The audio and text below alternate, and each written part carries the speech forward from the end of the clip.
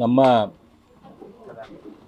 ಕರ್ನಾಟಕದ ಎರಡನೇ ರಾಜಧಾನಿ ಹುಬ್ಬಳ್ಳಿ ಧಾರವಾಡದಲ್ಲಿ ಮತ್ತೊಂದು ಅತ್ಯಂತ ದೊಡ್ಡ ಅಹಿತಕರ ಘಟನೆ ನಡೆದಿದೆ. ಇವತ್ತು ಈ ಘಟನೆಗಳು ಯಾಕೆ ಈ ರೀತಿ ಆಗ್ತಾ ಇದಾವೆ ಅನ್ನೋದ್ರ ಬಗ್ಗೆ ವಿಚಾರ ಮಾಡುವಂಥ ಸಮಯ ಬಂದೈತೆ. ಯಾಕಂದ್ರೆ ಕೆಲವು ದಿನದಿಂದ ನೇಹಾ ಹಿರೇಮಠದ ಹತ್ಯೆ ಆಗಿತ್ತು. ಆ ಮಾಡಿದ ಹುಡುಗ ಇವತ್ತು ಏನು ಅರೆಸ್ಟ್ ಮಾಡಿ ಅವ್ನು ಒಳಗೆ ಇಟ್ಟಾರಲ್ಲ, ಏನು ಆ್ಯಕ್ಷನ್ ಆಗತ್ತೈತಿ ಫರ್ದರ್ ಗೊತ್ತಿಲ್ಲ. ಅದಾದ ಸ್ವಲ್ಪ ದಿನಕ್ಕೆ ಈ ಹುಡುಗ ಬಂದು ಮತ್ತು ಇವತ್ತಿಲ್ಲಿ ಅಂಜಲಿ ಅನಾಥ ಬಾಲಕಿ, ತಾಯಿ ಇಲ್ದಂಥ ಬಾಲಕಿ, ಆಕಿ ಮನೆಗೆ ಬಂದು ಇಷ್ಟೆಲ್ಲ ಸುತ್ತಮುತ್ತಲು ಇರುವಂಥ ಜನ ಇರುವಂಥ ಏರಿಯಾದಲ್ಲಿ ಬಂದು ನೇಹಾ ಹಿರೇಮಠಗೆ ಹೆಂಗೆ ಹತ್ಯೆ ಮಾಡೀನಿ ಅದೇ ಟೈಪ್ ನಿನಗೂ ಹತ್ಯೆ ಮಾಡ್ತೇನೆ ಅಂತ ಹೇಳಿ ಹತ್ಯೆ ಮಾಡಿದಂಥ ಪರಿಸ್ಥಿತಿ ಇವತ್ತು ಬಂದೈತಿ. ಇದೆಲ್ಲ ಆಗಕ್ಕೆ ಕಾರಣ ಅಂತಂದ್ರೆ ನಮ್ಮ ರಾಜ್ಯದಲ್ಲಿ ಕಾನೂನು ಸುವ್ಯವಸ್ಥೆ ಅನ್ನೋದು ಸಂಪೂರ್ಣವಾಗಿ ಕುಸಿದು ಹೋಗೈತೆ. ಯಾಕೆ ಕಾನೂನು ಸುವ್ಯವಸ್ಥೆ ಕುಸಿದು ಹೋಗ್ತೈತಿ?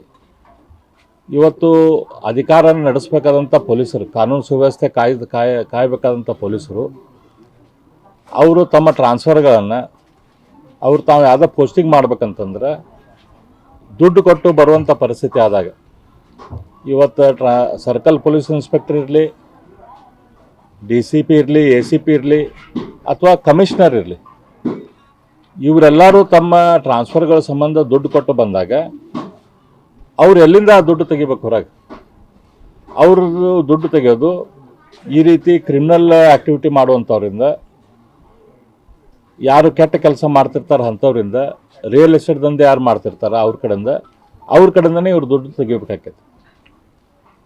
ಈ ಪೊಲೀಸರು ತಾವಾಗೆ ಹೋಗಿ ಗಾಂಜಾ ಮಾರೋದಿಲ್ಲ, ತಾವಾಗೆ ಹೋಗಿ ಯಾರ್ದೋ ಒಂದು ರಿಯಲ್ ಎಸ್ಟೇಟ್ ದಂಧೆ ತಾವು ಡೈರೆಕ್ಟ್ಲಿ ನಿಂತ್ಕೊಳ್ಳೋದು ನೆಕ್ಸ್ಟ್ ಮಾಡ್ತಾರೆ. ಅವರು ಯಾವಾಗಿದ್ರು ಈ ಕೆಲಸ ಮಾಡೋದು ಆ್ಯಂಟಿ ಸೋಷಿಯಲ್ ಎಲಿಮೆಂಟ್ಸಿಂದ, ದುಷ್ಟ ಶಕ್ತಿಗಳಿಂದ ಅವ್ರು ಈ ರೀತಿ ಕೆಲಸ ಮಾಡಿಸ್ತಾರೆ. ಅವರು ಪೊಲೀಸ್ ಸ್ಟೇಷನ್ ಸುತ್ತಮುತ್ತಲ ಅವ್ರನ್ನ ಕರ್ಕೊಂಬಂದು ಅವ್ರನ್ನ ಮೀಡಿಯೇಟರ್ ಮಾಡಿ ಅವ್ರ ಥ್ರೂ ಯಾರ್ದಾರ ಜಾಗ ಬಿಡಿಸೋದು, ಯಾರ್ದಾರ ಜಾಗ ಹೊಡ್ಕೊಳ್ಳೋದು, ಅಥವಾ ಯಾವುದು ಪ್ರಾಸಿಕ್ಯೂಷನ್ ಮಾಡ್ತಾರೆ ಅಂಥವ್ರ ಕಡೆಯಿಂದ ರೊಕ್ಕ ತೊಗೊಳ್ಳೋದು, ಗಾಂಜಾ ಮಾರೋರ ಕಡೆಯಿಂದ ರೊಕ್ಕ ತೊಗೊಳ್ಳೋದು, ಇಸ್ಪೀಟ್ ಆಡಿಸೋರ ಕಡೆಯಿಂದ ರೊಕ್ಕ ತೊಗೊಳ್ಳೋದು, ಈ ರೀತಿ ಕೆಲಸ ಪೊಲೀಸರು ಮಾಡಕತ್ರ.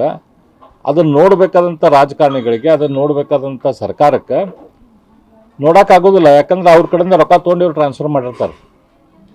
ಇವತ್ತು ಪೂರ್ತಿ ಇವತ್ತೇನು ಈ ಘಟನೆಗಳಾಗತ್ತಾವೆ, ಇಡೀ ರಾಜ್ಯದಲ್ಲಿ ಅತ್ಯಂತ ಹೆಚ್ಚು ಪ್ರಮಾಣದ ಕೊಲೆಗಳಾಗತ್ತಾವೆ, ಅತ್ಯಂತ ಹೆಚ್ಚು ಪ್ರಮಾಣದ ಕ್ರಿಮಿನಲ್ ಆ್ಯಕ್ಟಿವಿಟೀಸ್ ಆಗತ್ತಾವ ಅಂತಂದರೆ ಇದಕ್ಕೆ ಸಂಪೂರ್ಣ ಕಾರಣ ರಾಜ್ಯದಲ್ಲಿ ನಡೆದಿರುವಂಥ ಭ್ರಷ್ಟಾಚಾರ. ಈ ಭ್ರಷ್ಟಾಚಾರ ಆಗಲಿಲ್ಲ ಅಂತಂದ್ರೆ ಅಧಿಕಾರಿಗಳಿಗೆ ಕೇಳಬೇಕು. ಅವಾಗ ಭ್ರಷ್ಟಾಚಾರ ನಿಂತರೆ ಒಮ್ಮಿಂದೊಮ್ಮೆಲಿಗೆ ಅಧಿಕಾರಿಗಳು ಸುಧಾರಿಸ್ತಾರಂತ ನಾ ಹೇಳೋದಿಲ್ಲ. ಆದರೆ ಅಧಿಕಾರಿಗಳಿಗೆ ಕೇಳಕ್ಕೆ ಒಂದು ಮಾನಸಿಕ ಧೈರ್ಯ ಇರ್ತೈತಿ, ಅಧಿಕಾರಿಗಳು ಆ್ಯಕ್ಷನ್ ಮಾಡಿ ತೊಗೊಳಕ್ಕಾಗ್ತೈತಿ. ಇವತ್ತು ನೀವು ಅವ್ರಿಗೆ ರೊಕ್ಕ ಕೊಟ್ಟು ಟ್ರಾನ್ಸ್ಫರ್ ಮಾಡಿ ಅವ್ರಿಗೆ ಏನು ಕೇಳ್ತೀರಿ? ಅವ್ರಿಗೆ ಕೇಳುವಂಥ ಪರಿಸ್ಥಿತಿ ನೀವಿಲ್ಲ. ಇವತ್ತು ವೀರಾಪುರ ಓಣಿ ಅಗದಿ ಇದೊಂಥರ ಶಹರದಲ್ಲಿದ್ದರೂ ಕೂಡ, ಸಿಟಿಯಲ್ಲಿ ಹುಬ್ಬಳ್ಳಿ ಶಹರದಲ್ಲಿದ್ದರೂ ಕೂಡ ಗ್ರಾಮೀಣ ವಾತಾವರಣ ಇರುವಂಥ ಒಂದು ಪ್ರದೇಶ. ಇಲ್ಲೇ ಈ ಓಣ್ಯಾಗ ಹೇಳೋರು ಕೇಳೋರು ಹಿರಿಯರು ಎಲ್ಲರೂ ಅದಾರ. ಆದರೆ ಇವತ್ತು ಅವ್ರ ಪರಿಸ್ಥಿತಿ ಹೆಂಗಾಗೈತೆ ಅಂತಂದ್ರೆ ಯಾರೂ ನಮ್ಮ ಮಾತು ಕೇಳಿದಂಥ ಪರಿಸ್ಥಿತಿ ಆಗಿಬಿಟ್ಟೈತಿ. ಯಾಕಂದ್ರೆ ಹುಡುಗರೆಲ್ಲರೂ ಗಾಂಜಾ ಹೊಡ್ಕೊತ ಅಡ್ಡಾಡ್ತಾರೆ, ಸೇರೆ ಕುಡ್ಕೊತ ಅಡ್ಡಾಡ್ತಾರೆ, ನಮ್ಮ ಮಾತು ಯಾರು ಕೇಳೋದಿಲ್ಲ ಅನ್ನುವಂಥ ಪರಿಸ್ಥಿತಿ ಇವತ್ತು ಇಲ್ಲೆಲ್ಲ ಹಿರಿಯರು ಎಕ್ಸ್ಪ್ರೆಸ್ ಮಾಡತ್ತಾರೆ. ಇದನ್ನು ಕಂಟ್ರೋಲ್ ಮಾಡುವಂಥ ಕೆಲಸ ಇವತ್ತು ರಾಜ್ಯದಲ್ಲಿ ಆಗುವಂಥದ್ದು ಅವಶ್ಯಕತೆ ಐತಿ. ಮೊಟ್ಟ ಮೊದಲು ಈ ರೀತಿ ಗಾಂಜಾ, ಅಕ್ರಮ ಸರಾಯಿ, ಅಕ್ರಮ ದಂಧೆಗಳು ನಡೆಸುವಂಥವ್ರು ಯಾರದಾರ ಅವ್ರ ಮೇಲೆ ಆ್ಯಕ್ಷನ್ ತೆಗೆದುಕೊಳ್ಬೇಕಾಗ್ತೈತಿ. ಯಾವುದೋ ಒಂದು ಕಾನೂನುಕ್ಕಿಂತ ಕಾನೂನಿನ ಬಗ್ಗೆ ಭಯ ಏನೈತಲ್ಲ ಅದು ಭಾಳ ಅಂದ್ರೆ ಭಾಳ ಇಂಪಾರ್ಟೆಂಟ್. ಇವತ್ತು ಕಾನೂನಿನ ಬಗ್ಗೆ ಭಯನೇ ಹೋಗ್ಬಿಟ್ಟೈತಿ. ನಾವೇನಾದರೂ ಮಾಡಿದರೂ ದಕ್ಕಿಸ್ಕೊತೀವಿ ಅಂಥೇ ಈ ರೀತಿಯ ವಾತಾವರಣ ಹುಡುಗರಲ್ಲಿ ಬಂದೈತಿ. ಇವತ್ತು ಎಷ್ಟೋ ಜನ ರಾಜಕಾರಣಿಗಳ ಚಿಕ್ಕಪುಟ್ಟ ರಾಜಕಾರಣಿಗಳ ಮಕ್ಕಳ ಅವರ ಪೊಲೀಸ್ ಸ್ಟೇಷನ್ ಸುತ್ತ ನಿಂತು ಅವರ ಎಲ್ಲ ಕ್ರಿಮಿನಲ್ ಆ್ಯಕ್ಟಿವಿಟೀಸ್ದಾಗ ಇನ್ವಾಲ್ವ್ ಅದಾರ ಅಂಥೇಳಿ ಇಲ್ಲಿ ಭಾಳ ದೊಡ್ಡ ಪ್ರಮಾಣದ ಆರೋಪ ಬರತೈತಿ. ಅವ್ರ ಜೊತೆನ ಅಡ್ಡಾಡೋರು ಎಲ್ಲರೂ ಈ ರೀತಿಯ ಅಕ್ರಮ ದಂಧೆ ಮಾಡತ್ತಾರ ಅಂದ್ಕೊಳ್ಳಿ ಅವ್ರಿಗೊಂದು ರೀತಿ ಕಾನೂನಿನ ಪ್ರೊಟೆಕ್ಷನ್ ಸಿಕ್ಕಂಗಾಗೈತಿ, ರಾಜಕಾರಣದ ಪ್ರೊಟೆಕ್ಷನ್ ಸಿಕ್ಕಂಗಾಗೈತಿ. ಅದಕ್ಕೆ ಇಡೀ ರಾಜ್ಯದಲ್ಲಿ ಇವತ್ತು ಈಗಾದರೂ ಕೂಡ ಎಲೆಕ್ಷನ್ ಮುಗೀತು, ಈಗಾದರೂ ಕೂಡ ಜನರ ಬಗ್ಗೆ ಕಾಳಜಿ ಮಾಡುವಂಥ ಕೆಲಸ ಸಿದ್ದರಾಮಯ್ಯನವರು ಮಾಡಲಿ, ಕಾನೂನು ಸುವ್ಯವಸ್ಥೆ ಬಗ್ಗೆ ಅವ್ರು ಲಕ್ಷ್ಯ ವಹಿಸಲಿ. ಏನು ರಾಜ್ಯದಲ್ಲಿ ದೇಶದಲ್ಲಿ ಇರದಂಥ ಭ್ರಷ್ಟಾಚಾರ ಇವತ್ತೇನು ಇಲ್ಲಿ ನಮ್ಮ ರಾಜ್ಯದಲ್ಲಿ ನಡೆದೈತಿ. ಈ ಭ್ರಷ್ಟಾಚಾರದ ಬಗ್ಗೆ ಕಣ್ಣು ತೆಗೆದು ನೋಡಲಿ. ಬರೀ ನಾವು ದಲಿತರ ಪರ, ಹಿಂದುಳಿದವ್ರ ಪರ, ಹೆಣ್ಮಕ್ಳ ಪರ ಅಂತ ಹೇಳಿದರೆ ನಡೆಯೋದಿಲ್ಲ. ಅದನ್ನು ತಮ್ಮ ಕಾರ್ಯರೂಪದಲ್ಲಿ ಮಾಡಿ ತೋರಿಸ್ಬೇಕಾಗ್ತದೆ. ಎಲ್ಲದೂ ಸರ್ಕಾರದಾಗ ಬರೀ ನಾವು ಏನೋ ಒಂದು ದುಡ್ಡು ಕೊಟ್ಟಿವಿ ಅಂತಂದ್ರೆ ಆಗೋದಿಲ್ಲ. ನಿಜವಾಗಿ ಎಲ್ಲೇ ಹೆಣ್ಮಕ್ಳ ಮೇಲೆ ತೊಂದರೆ ಆಗ್ತೈತಿ, ನಿಜವಾಗಿ ಎಲ್ಲೇ ಬಡವರಿಗೆ ತೊಂದರೆ ಆಗ್ತೈತಿ.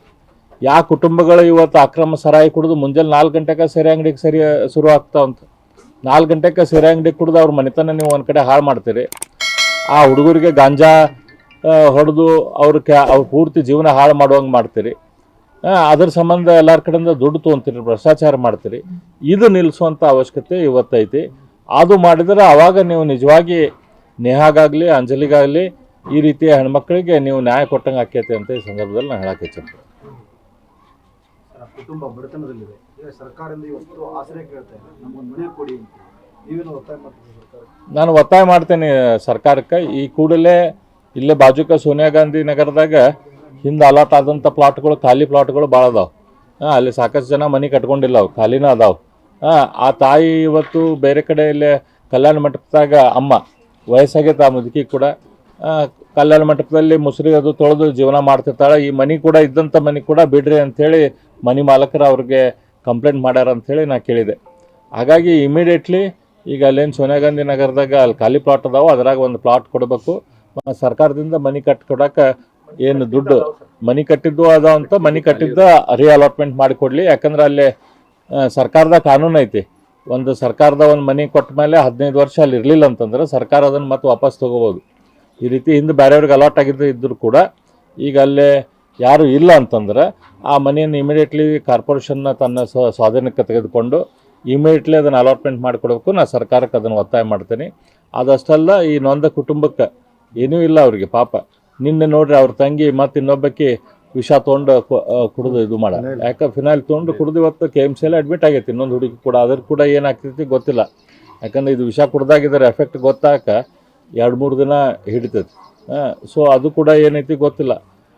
ಯಾಕಂದರೆ ಜೀವನದಲ್ಲಿ ನಿರಾಶೆ, ಜೀವನದಲ್ಲಿ ನಮ್ಮ ಮುಂದೆ ಏನಪ್ಪ ಅನ್ನುವಂಥ ಪ್ರಶ್ನೆ ಬಂದಾಗ ಈ ರೀತಿಯ ಸ್ಟೆಪ್ಸ್ ತೊಗೊಳೋಂಗೆ ಆಕೈತಿ. ಮತ್ತು ಆ ಹುಡುಗ ಅವ್ನು ಯಾರು ಅರೆಸ್ಟ್ ಮಾಡೋಣ, ನಾವು ಮತ್ತೆ ಅದೇ ರೀತಿ ಧಮಕಿ ಮಾಡಿದಾನಂತ, ಮತ್ತು ನಾನು ಮಾಡ್ತೀನಿ, ಅದು ಮಾಡ್ತೀನಿ, ಇದು ಮಾಡ್ತೀನಿ ಅಂತ. ಹಾಗಾಗಿ ಹೆದರಿ ಹೆಣ್ಣು ಹುಡುಗರು ಮಾಡ್ತಾವೆ. ಅದಕ್ಕೆ ಅವ್ರಿಗೆ ಜೀವನದಲ್ಲಿ ಒಂದು ಭದ್ರತೆ, ನಮ್ಗೆ ನೋಡೋರು ಕೇಳೋರು ಅದಾರ, ಸರ್ಕಾರ ನಮ್ಮ ರಕ್ಷಣೆ ಬರ್ತೈತೆ ಅನ್ನುವಂಥ ಭಾವನೆ ಕೊಡೋದು ಭಾಳ ಇಂಪಾರ್ಟೆಂಟು. ಮತ್ತು ಇವತ್ತು ಈ ರೀತಿಯ ಘಟನೆಗಳು ಆದಾಗ ಯಾರನ್ನೋ ಒಬ್ಬರನ್ನ ಐಡೆಂಟಿಫೈ ಮಾಡಿ ಅವ್ರಿಗೆ ಸಸ್ಪೆಂಡ್ ಮಾಡುವಂಥದ್ದು ಅಲ್ಲ. ಇಲ್ಲೇ CPIನ ಸಸ್ಪೆಂಡ್ ಮಾಡ್ಯಾರ, ಆ ಪೊಲೀಸರು ಸಸ್ಪೆಂಡ್ ಮಾಡ್ಯಾರ, ACPನ ಯಾಕೆ ಸಸ್ಪೆಂಡ್ ಮಾಡಿಲ್ಲ? ಅದ್ರ ಮೇಲಿನವ್ರಿಗೆ ಇನ್ನೂ ಯಾಕೆ ಸಸ್ಪೆಂಡ್ ಮಾಡಿಲ್ಲ? ಇದ್ರ ಬಗ್ಗೆ ಸರ್ಕಾರ ಉತ್ತರ ಕೊಡಬೇಕಾಗತ್ತೆ. ACP ಯಾಕೆ ಮಾಡಿಲ್ಲ? ವಿಶ್ವನ ಜೊತೆ ಆ ಕ್ರೈಮ್ ಸಿಬ್ಬಂದಿಗಳು ಕಳೆದ 2 ತಿಂಗಳಿಂದ ನಿರಂತರವಾಗಿ ಸಂಪರ್ಕ ಇದ್ದಾರೆ. ಯಾಕೆ ಅವ್ರನ್ನ ಕಾಲ್ ಇಷ್ಟು ತೆಗೆದು ಅವ್ರಿಗೆ ಅವ್ರ ಮೇಲೆ ಆಕ್ರಮ ಇಲ್ಲ? ಕರೆಕ್ಟ್, ನೀವೇನು ಹೇಳ್ತೀರ ಅದು ಕರೆಕ್ಟ್ ಐತೆ. ಅವನ ಜೊತೆ ಯಾರು ಅಕ್ರಮವಾಗಿ ಅದಾರ, ಸಂಪರ್ಕದಾಗ ಅದಾರ, ಅವ್ರ ಮೇಲೆ ಆ್ಯಕ್ಷನ್ ತೊಗೊಂಡಿಲ್ಲ ಇವರು. ಅವ್ರ ಮೇಲೆ ಆ್ಯಕ್ಷನ್ ತೆಗೆದುಕೊಳ್ಳುವಂಥ ಅವಶ್ಯಕತೆ ಐತೆ. ನಾ ಹೇಳಿದ್ದೆಲ್ಲ, ಇದೆಲ್ಲ ಹ್ಯಾಂಡ್ ಇನ್ ಗ್ಲೌ. ಸುಮ್ಮ ಕಣ್ಣು ಒರೆಸೋ ತಂತ್ರ ಮಾಡಾತಾರೆ. ಇವತ್ತು ಈ ರೀತಿಯ ಕೆಲಸ ಯಾರು ಮಾಡಾತಾರೆ ಎಲ್ಲ ಪೊಲೀಸರು, ಅವ್ರನ್ನೆಲ್ಲರನ್ನೂ ಸಾರ ಸಗಟಾಗಿ ಅವ್ರ ಮನೆಗೆ ಕಳಿಸುವಂಥ ಕೆಲಸ ಮಾಡಿ.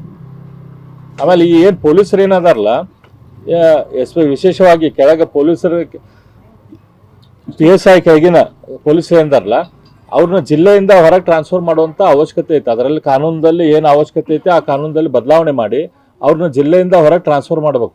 ಅವ್ರು ಇಲ್ಲೇ ಬೇರೂರಿಗೆ ಕುತ್ಕೊಂಡು ಈ ಠಾಣೆಯಿಂದ ಆ ಠಾಣೆ ಹೋಗ್ತಾರೆ, ಆ ಠಾಣೆಯಿಂದ ಈ ಠಾಣೆ ಹೋಗ್ತಾರೆ. ಎಲ್ಲ ಕ್ರಿಮಿನಲ್ಸ್ಗಳ ಜೊತೆ ಇವರು ಸಾಮೇಲಿರ್ತಾರೆ, ಯಾರ ಮಾತು ಕೇಳೋದಿಲ್ಲ, ಇಲ್ಲಿ ಇಟ್ಕೊಂಡು ಕ್ರಿಮಿನಲ್ ಆ್ಯಕ್ಟಿವಿಟಿಗಳು ಮಾಡ್ತಾರೆ. ಹಾಗಾಗಿ ಕಾನೂನದಲ್ಲಿ ಕೂಡ ಈ ಬದಲಾವಣೆ ಮಾಡುವಂಥ ಅವಶ್ಯಕತೆ ಐತಿ. ಈ ಪೊಲೀಸ್ಗಳನ್ನು ಇವ್ರನ್ನ ಜಿಲ್ಲೆಯಿಂದ ಹೊರಗೆ ಟ್ರಾನ್ಸ್ಫರ್ ಮಾಡುವಂಥ ಅವಶ್ಯಕತೆ ಐತಿ.